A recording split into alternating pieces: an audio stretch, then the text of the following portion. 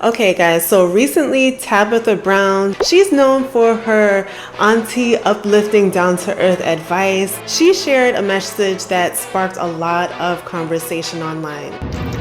Hello there. Real quick, this is not to discourage you, because I want us to be clear about that first, okay? You kind of been in this place for a long time, okay? Now listen, you got good ideas. Baby, you got good ideas. Your execution is not as good, okay? Your follow through, not as good. The ideas though are great. Entrepreneurship is not for everybody. And that doesn't mean it's not for you, but right now, these last few months, few years, you know what I'm talking about. Baby, it ain't been working for you, okay? And you doing a lot of robbing Peter to pay Paul.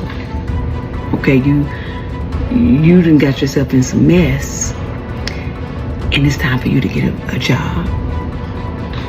You hear me? She basically told women, it's time to get a job. And that message hits hard because while there's absolutely no shame in working, of course, the reality is, what if the jobs really are not there to begin with? I just lost my job today. They wouldn't even tell me why. I don't know. I didn't do anything wrong. I have no savings. I have nothing. I was on my job for 37 years. I started there when I was 23 years old. I am now 61. It gets to a point. It really just gets to a point. To say I am mentally drained, exhausted, tired, over it, it's not enough. It doesn't do it justice. I'm losing my mind. Like, this is a joke. Like, it's a joke. I can't do it anymore. Yo, tell me why I just went to work today and was there probably an hour. They called me and my lab partner. They said, can you and so-and-so come into the conference room with me? And right then, that moment, I knew we were cooked.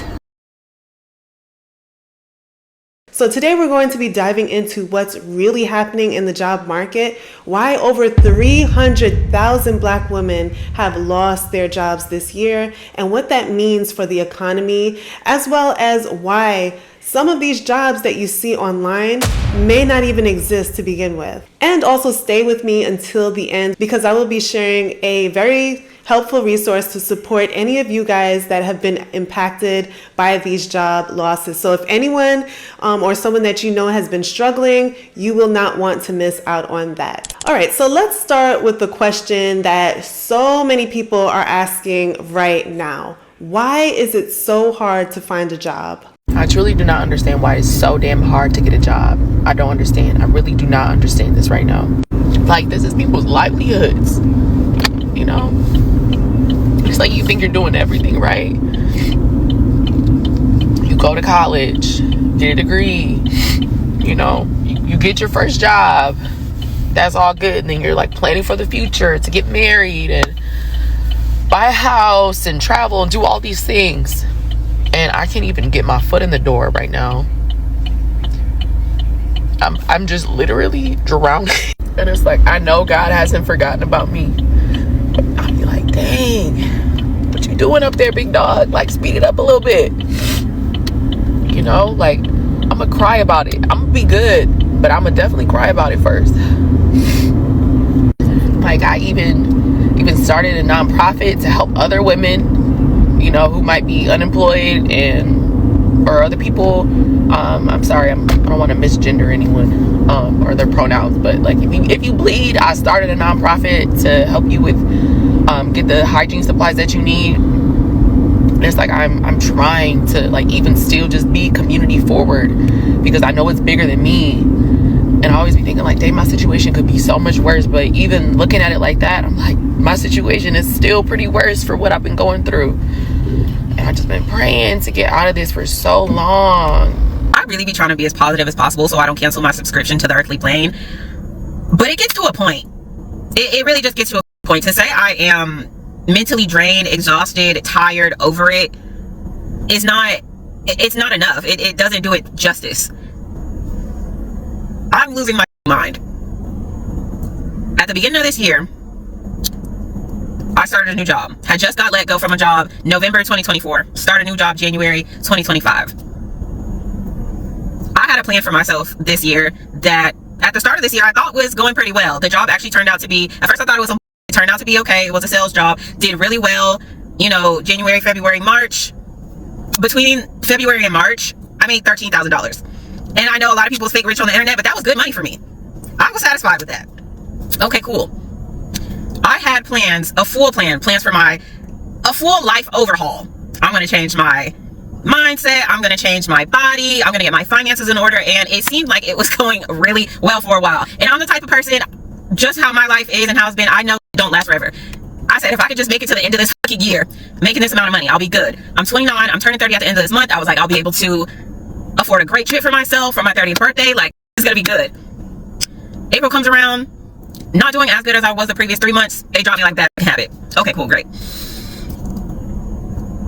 Did not find new employment until literally just yesterday. To call it a pay cut would be an egregious fucking understatement. Like, it's not a pay cut, it's a life cut. Like, this is a joke. Like, it's a joke. But I need some type of money coming in. This is not going to be sustainable. Like, it's not even enough money to, like, I'm tired. I don't know what to do. I mean, not even post this. This is not even like me. I'm just so frustrated. I don't know. I just need a vent. Like, this is such bullshit. Like, I'm so tired of all this. And even when shit's going good, like, okay, let's say I do find a job that, you know, pays me a little bit more. The mental stress of these jobs, because even when I was at the job where I was making good money, that was indeed stressing me the fuck out. Like, just trying to make sure I sustain it and do well enough to not be fired, which ended up happening in any ways, of course. The mental stress of these jobs is just too fucking much. I can't do it anymore. So what are we gonna do, y'all? Like, what are we gonna do? Nothing. We're just gonna keep going to these jobs like a bunch of dickheads, and the world's gonna keep spinning, and we're all still gonna be in our cars venting and complaining. Like, I don't, in the long run, I know the corporate route is just not for me. It's not sustainable. I can't even tell you how many jobs I've been let go from due to looking uninterested or spaced out. When you have ADHD, like, I don't think, like, people joke about, oh, and like think it's cute. That literally has been such a detriment to the overall quality of my life. Like, it's ridiculous. But even people who don't have it, it's like these jobs are just soul sucking. Like, nobody wants to do this shit ever. And I've tried online businesses and this and that, and of course I'm just gonna keep trying, because I know at the end of the day, being at a call center or working in corporate, like, that is not, it's not sustainable for me. If I start selling t-shirts, y'all gonna buy them? Like, what's up? Like, I need to, something's gotta give. I don't need, there was no point to this video. I just need to get this out. How are y'all doing? What's up with y'all? How y'all feeling? Okay, I'm gonna lose my mind. And she's really not alone in asking that question. A lot of people are feeling it right now, because when you look at the numbers, they just don't add up. And so let's dig into those numbers, because this is exactly where the picture really starts to get clearer. So do y'all know that the unemployment rate for Black women rose to over 7% in August of 2025? And do you also know only about like 20,000 jobs were created last month, August 2025? And do you also know that since COVID, that Black women business owners grew 51%? Meaning, like, we started more businesses in COVID than at any other point in the history of Black women entrepreneurship during the epidemic. So what the hell does all this mean? Like, what does it mean? What it means is that if we are in a space right now where we are not creating, our economy is slowing down job creation, meaning we are not creating enough jobs to keep up with the demand of unemployment, because unemployment is increasing, and that Black women, even though the statistics show that we are losing jobs, we are still creating businesses. There's still something amiss with all of these numbers, and this is what the problem is. Black women have no problem becoming entrepreneurs. We are historically, typically, running the pack when it comes to starting businesses. The problem is that when we start businesses, we don't create businesses to become employers. We create businesses to survive. The unemployment rate for Black women this year has actually spiked from 5 to 7.5%, and only 20,000 jobs were created in the month of August. And so on paper, you might think that people are finding opportunities, and for most women, what's missing is stability. So what does stability actually look like in real life these days? In these next few clips, we will hear from a few women who are actually living this reality every single day. I am one of the 300,000 Black women who have lost their job in 2025, and I have some thoughts. It is no secret that being a Black woman in America is ghetto. Period, point blank. But being a Black woman in the workforce, the masking that you have to do, the microaggressions that you have to fight, the code switching that goes on, all of the things, the hoops and the mental gymnastics that you have to go through in office, navigating social interactions with your coworkers is exhausting. If I was in office and had braids in my hair, my white male supervisor would loudly make a comment in front of anybody else who was in the office saying, "Oh, you switched up your hair. I almost didn't recognize you." Of course, this in turn makes people turn around, making you feel ostracized, making you feel put on the spot for literally the hair that grows out of your head and wanting to do a different style. Meanwhile, he's over there with 4 pieces of hair and a hairline that search and rescue is looking for, but I'm the one that's being put on display. Right.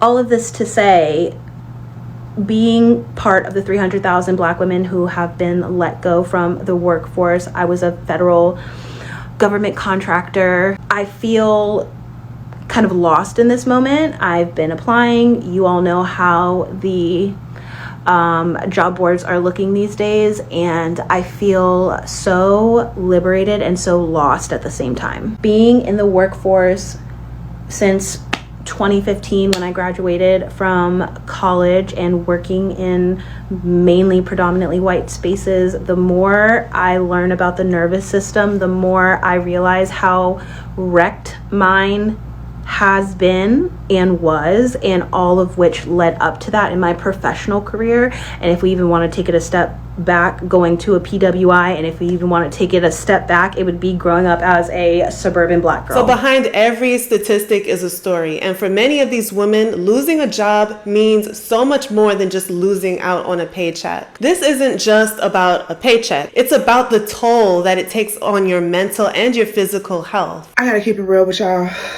I gotta keep it so for real with y'all right now. I'm on the brink of crashing out because over 350,000 Black women have been forcibly removed from their jobs this year. And guess what? I'm one of them. I'm one of them. And I have not had like full sustainable employment all year long. My mad money is now looking kind of sad. Okay. My safety cushion is deflated. All right. But I refuse to be down and out about this situation. And I wanted to make this video to let you know that you're not alone in this experience. I ain't never been broke before. And for some people, it's gone far beyond just stress. It's about survival and keeping it together when the system seems to be falling just right underneath their feet. I just lost my job today. No warning, no nothing. They wouldn't even tell me why. I don't know. I didn't do anything wrong.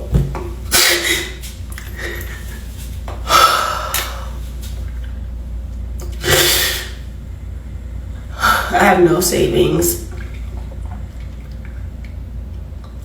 I have nothing. I just don't.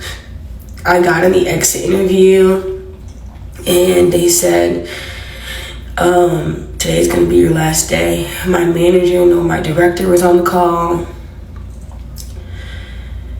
And then they were like, the decision has already been made, so we really don't have anything to hear from you. You're only gonna get paid for the one day you worked in August, and we'll give you your commission check, and that's the last of it. And end the call on me.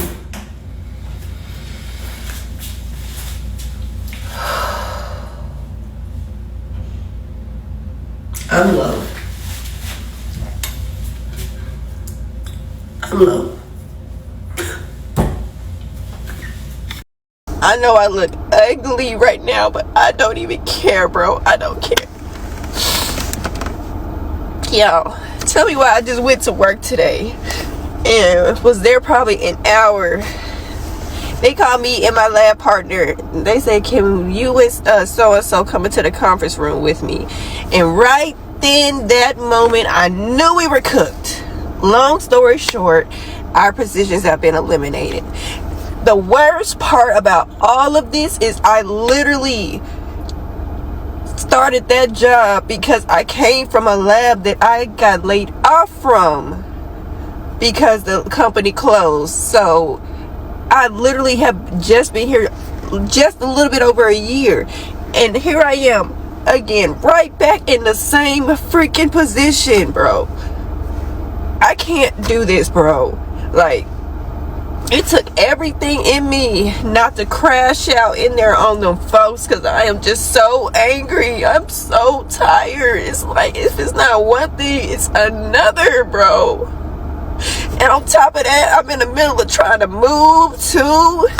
I don't know what I'm gonna do now. I've been working in labs in Little Rock since 2021. There are no labs here for real that are paying more than $20 an hour. It took me for 3 months to find this job after I got laid off from my last job. I've worked in 5 different labs at this point. I don't know what to do. I don't know what to do. I don't know where to apply. I don't know. This is just all so. This is just too much. This is too much. This is too much. This is too freaking much for me.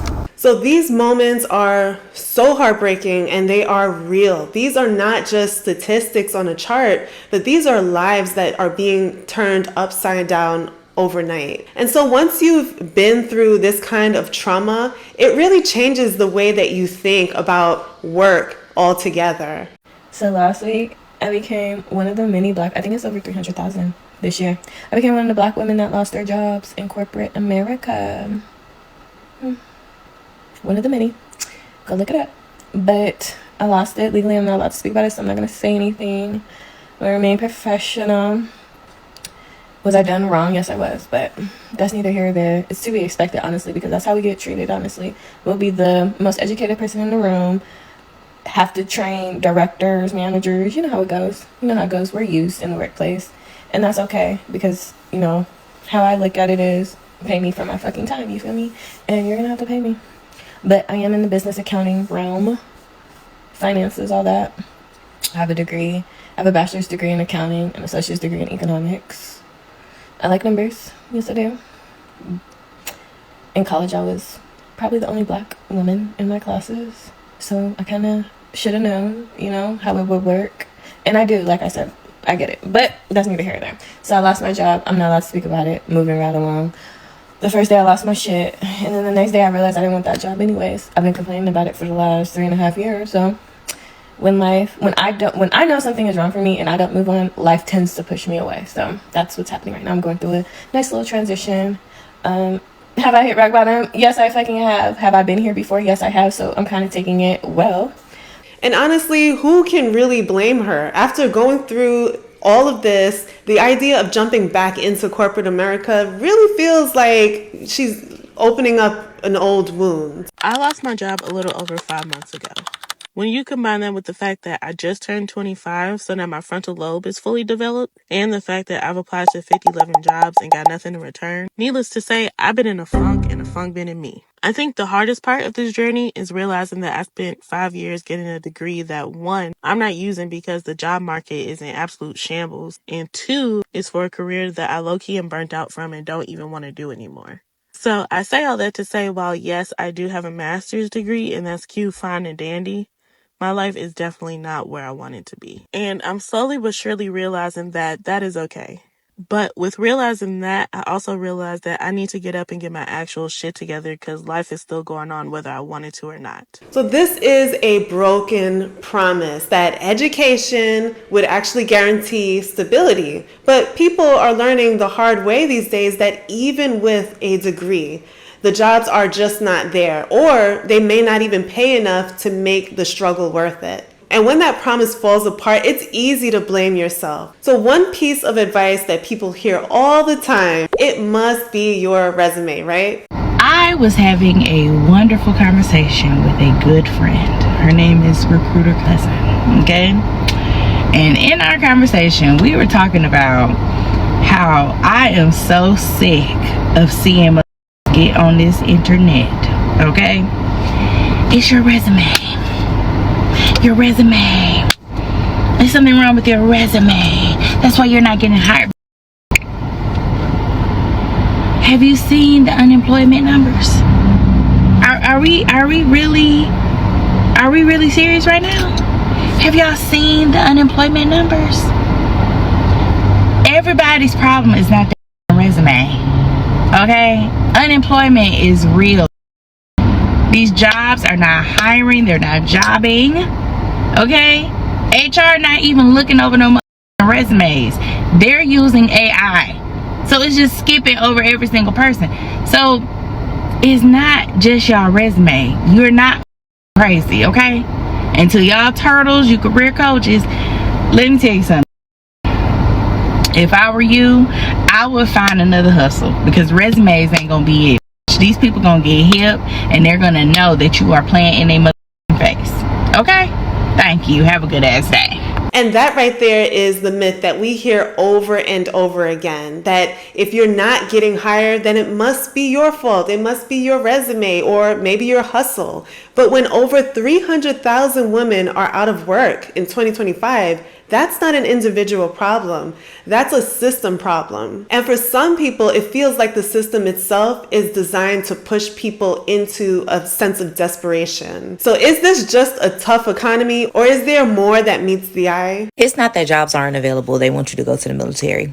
They want you to join a police department. They want you to apply for ICE. The whole goal is to push people to the point of desperation. That you will do just about anything outside of revolting to pay your bills and protect your livelihood. And because it's been proven time after time again through research that wherever you find poverty, you find crime, people are going to be pushed into poverty. A ton of people have already been removed from social services, not being able to buy food. Rapid rehousing and emergency rental assistance programs have been stripped. People can't afford to pay their rent. They're going to be evicted. Where are they going to go? And when you have a ton of people desperate to try to figure it out, they're not going to go after the people at the top making all these decisions, stripping them of their most basic human rights and necessities to living. They go after each other. And you can hear the suspicion and the frustration in her voice that maybe this is not just the economy being tough, but maybe it's a way to push people into a sense of desperation, desperate enough to accept anything. And whether this is true or not, the feeling is absolutely valid, and it shows just how broken the trust is between the workers and the system.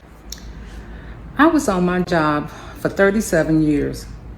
I started there when I was 23 years old. I am now 61. And in January of this year, I received a phone call and I was let go. I probably couldn't have made this video at that time because I probably wouldn't have been able to even tell you about it without crying. It was really devastating. It took a lot of prayer for me to get to this point. I was angry. Of course, I was sad. But, you know, I am a firm believer that what the devil meant for evil, God will turn it around for your good. You know, sometimes God has a plan for you, and it's not the same plan that you have for yourself. You know, I probably would have stayed a couple more years and retired, you know, but that's not what took place. So, but what really perplexes me is when other people rejoice in someone's downfall or their misfortune, especially when it's a family member. that really is, it's really hurtful, but you know, what can you do about it? You know, all you can do is just continue to go on, push forward, you know, trust God. You know, you can look at me and tell I hadn't missed a meal. I'm still paying my bills. I'm yet thriving. You know, God has really kept me in these last couple of months. And I'm just putting my trust in him, and I believe that everything's going to be okay. And I'm requesting that for your prayers. I'm not making this for anyone to feel sorry for me. I'm not asking for anything. I just request your prayers. And, you know, because I know that there's other people out there that's worse off than me. And I'm still grateful for what I do have.